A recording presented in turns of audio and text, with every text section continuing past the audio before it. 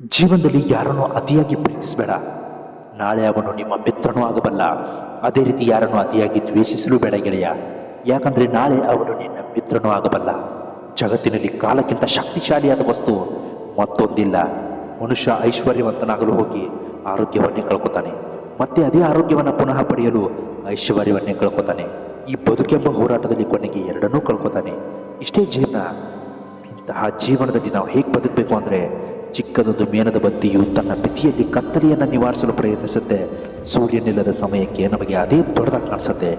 ಯಾವುದು ಚಿಕ್ಕದೆಂಬ ಆಲಕ್ಷ್ಯವನ್ನು ನಾವು ಮಾಡಲೇಬಾರ್ದು. ಯಾರನ್ನು ಅತಿಯಾಗಿ ಕೀಳಾಗಿ ಕಾಣಲೇಬಾರ್ದು. ಯಾರದೇ ಜೀವನವನ್ನು ಊಟದ ಎಲೆಯಂತೆ ಭಾವಿಸಲೇಬಾರ್ದು. ಯಾರದೇ ಜೀವನಕ್ಕೂ ಅದರದ್ದೇ ಆದ ಬೆಲೆ ಇರುತ್ತೆ. ಮೈ ಡಿಯರ್ ಫ್ರೆಂಡ್, ಒಬ್ಬ ಮನುಷ್ಯ ಇನ್ನೊಬ್ಬ ಮನುಷ್ಯನಿಗೆ ಪರಿಚಯ ಆದರೆ ಆ ಸ್ನೇಹ ಎಷ್ಟು ದಿನಗಳಿರುತ್ತೋ ಗೊತ್ತಿಲ್ಲ.